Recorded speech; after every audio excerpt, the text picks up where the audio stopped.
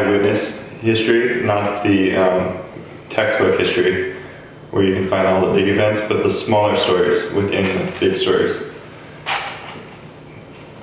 And we're trying to document them and preserve them in video or audio format. In this case, it'll be video. So I'm going to ask you a series of questions. Okay.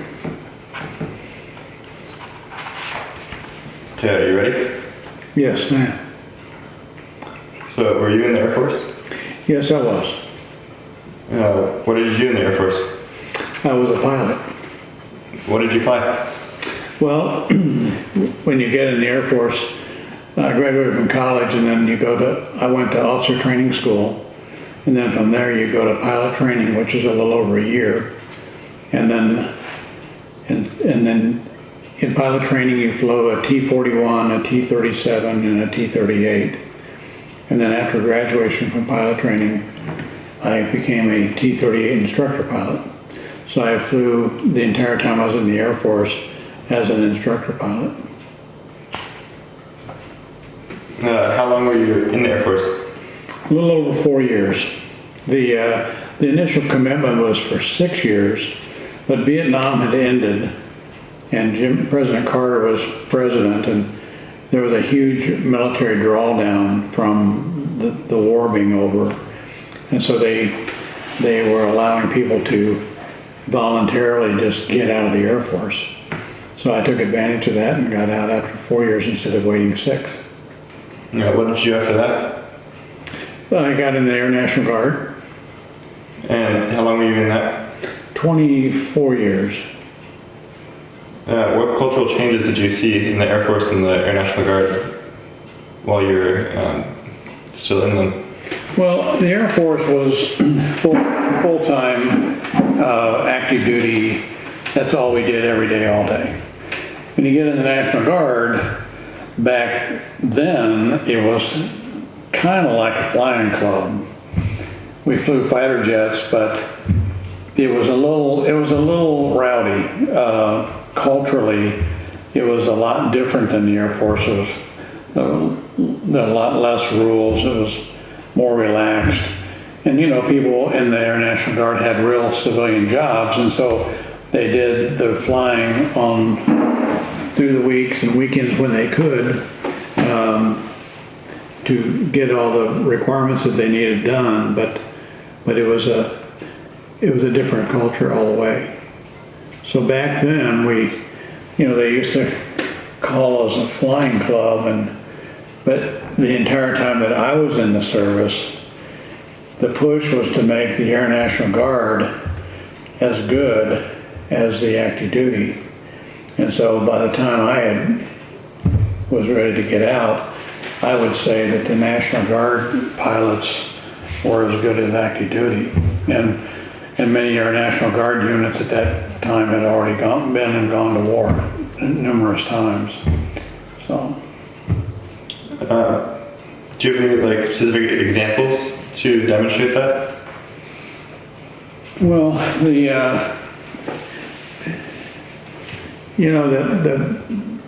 National Guard, I mean, when I got in it, guys probably didn't have the haircuts they needed, and they were pretty loose, and it was kind of a pretty relaxed atmosphere. And like how relaxed? Well, I mean, the safety part of it, we flew. The flying part was you had to do it correctly or it was dangerous. So I never had a part, that was never a problem. The part that was different from the active duty was the little partying, and it was just a little bit more relaxed. But over time, with the quality Air Force and the push to make the National Guard appear seamless from the active duty, people started getting haircuts. They started going to professional military education. They started taking Air Command Squadron Officer schools, Air Command and Staff, Air War College. We did all those things, and so it changed dramatically. So all of a sudden, it was kind of almost like being back in the Air Force toward the end of my career. What about the technology changes? during the time? During my time in the Air Force flying jets, the technological changes and advances was significant. My first fighter jet was the F-100, the single seat, single engine, supersonic jet.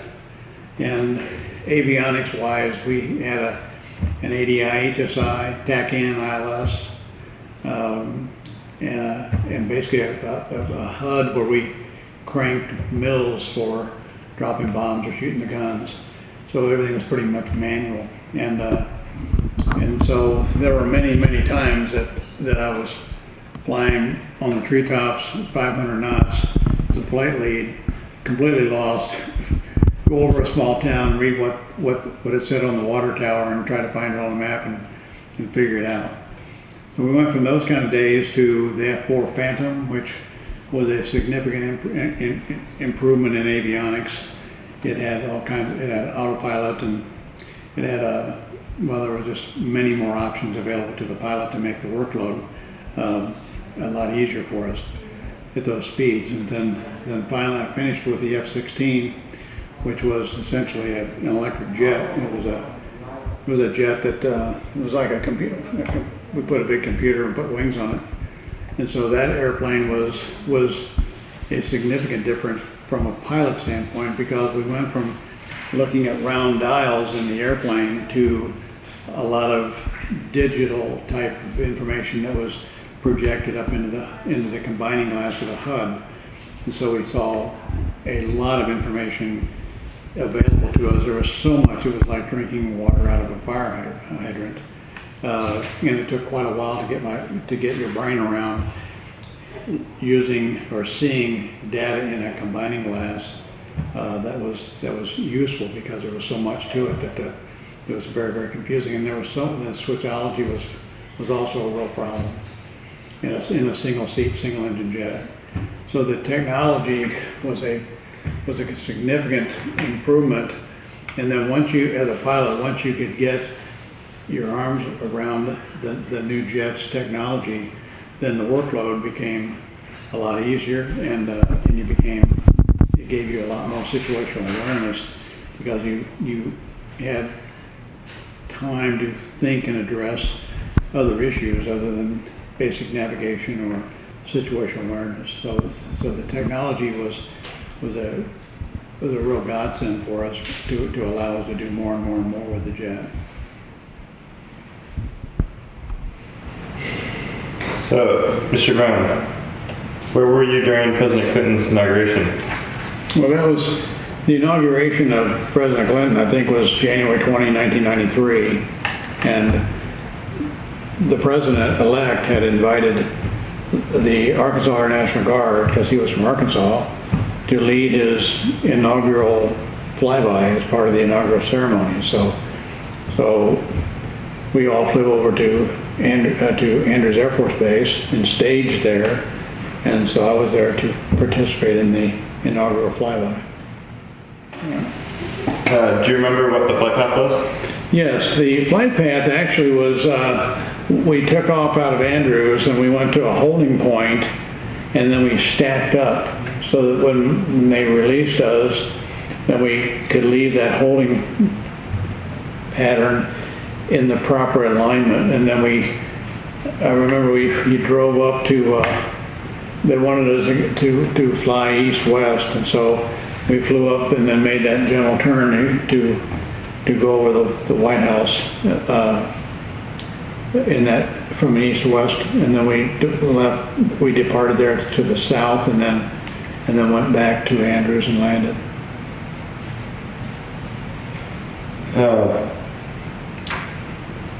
Were there any heavy restrictions on the flight?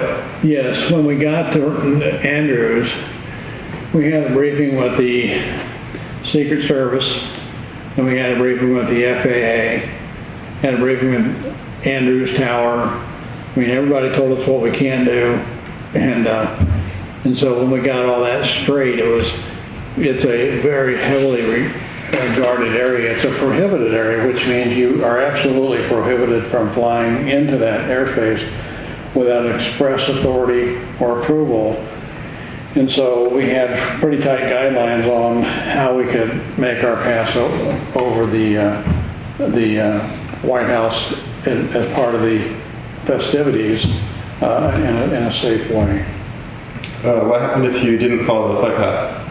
Well, we followed the flight path. I don't know, and I don't care what would have happened to us, but I just made darn sure that I was flying down the black line on my map. What was it like flying solo over Washington, D.C.?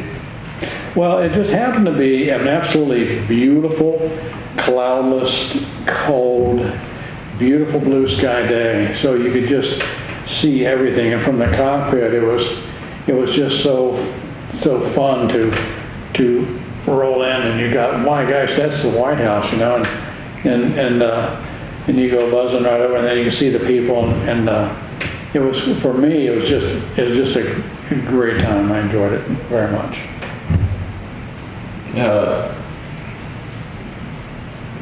Did you perform any other flybys or air shows?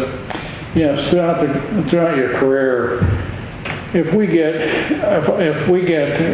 requests for flying by funerals or VIP events or large rallies, air shows over car races. I did an air show over Bob Hope Productions after the Gulf War. So I've done a number of those things, as many of the pilots do. Did you continue flying after the Air Force?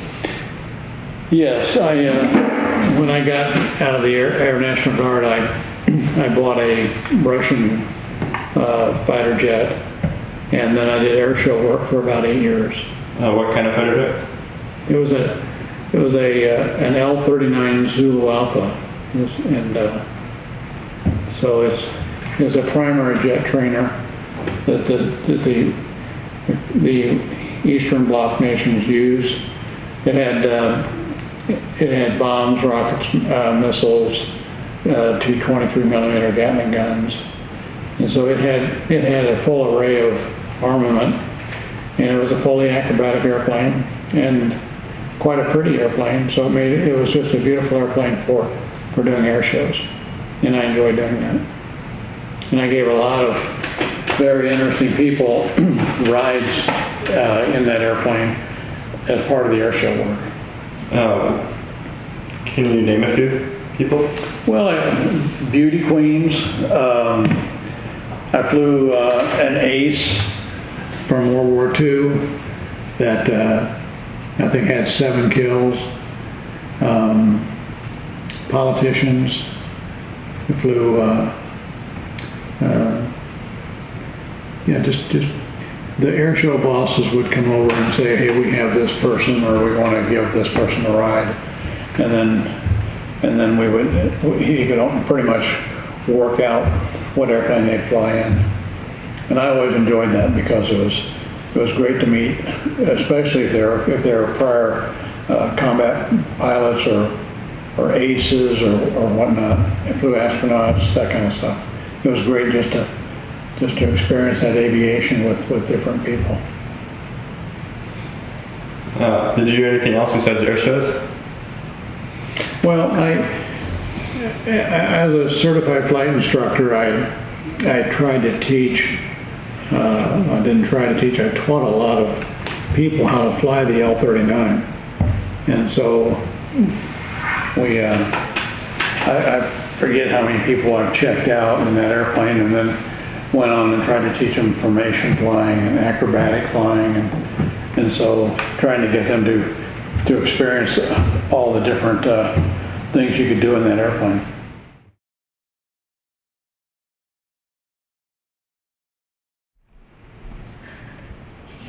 Yes, I was an instructor pilot in the Air Force. I was an instructor on the T-38 aircraft. It was we call it the White Rocket. It was a 2-engine supersonic jet trainer, and that was used in pilot training. You're there for a little over a year, and you do a time in a T-41, which is a propeller airplane, and then you switch to a T-37, which was a 2-engine subsonic jet that was fully acrobatic, and you could learn formation and instruments, and then you advanced into the T-38, which was again just more of the same, just in a much more high performance aircraft. So I spent 4 years doing that. It was an awesome responsibility because you get a bunch of young cadets, and it's on you to get them through the program. And let's face it, everybody's dream was to get into pilot training and then to finish pilot training. And so if you had trouble along the way and you washed out, I mean, it changed your life. So I felt when I had students and they were having a little bit of difficulty, I kind of took it personally, because I was thinking, what am I not saying? What am I not doing? I mean, why is this person not getting what I'm trying to teach them? And the other challenge you have is, it's called the law of primacy, and that means that how you learn something the first time, whether it's right or wrong, to you that's the natural way you should do something.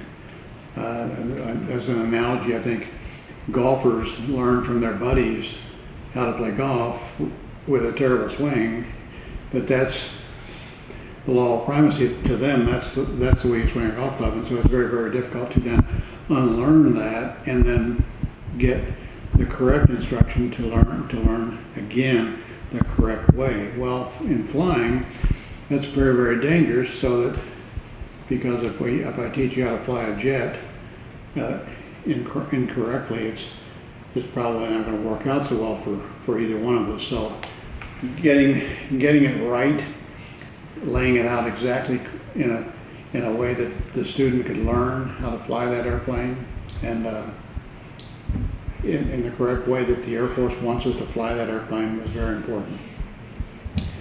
A lot of pressure as an instructor pilot. You get a student and you have like 8 rides to get them to solo, and if you can't get them to solo, then they start getting in trouble, if you will. So there's a lot of pressure on me to teach you how to be able to solo a jet in a certain period of time. Then you had a certain period of time to learn how to do instruments and how to fly formation and cross country. So it was not only learning how to do something, but it was learning with a really serious time constraint. So the pressure was always on. A year of pilot training was like drinking water from a fire hydrant for a year. It was just, there was no end to it. You spent all weekend studying because you just couldn't catch up. And I think that's the way the program was designed. It was designed to make it so difficult that if you really, really, truly didn't want to do it, you'd quit. And so we called that SIE, self-initiated elimination. The other way you leave pilot training was manifestations of apprehension, MIA. People get airsick, there's those kind of issues, and so they get out of the program. But as an instructor pilot, it was probably every graduation was just a wonderful moment in time when you have a lieutenant come over and hug you and thank you for all you did to get him to put shiny wings on his chest. The rewards there was significant to me, and I remember many nights thinking, wow, I put some serious effort into getting old Lieutenant Johnson his wings, and he's appreciative of it, and hopefully he'll go off and have a great career. So a lot of pressure and a lot of rewards for being an instructor pilot in the Air Force. And I'm glad that I spent 4 years doing that. In actuality, it made me a better pilot, because when you all day long, when you see people making mistakes, doing it wrong, whatever, cutting corners, all that stuff, when you see all that, it made me a better pilot. So I got rewarded for being an instructor pilot in numerous ways, and I enjoyed it.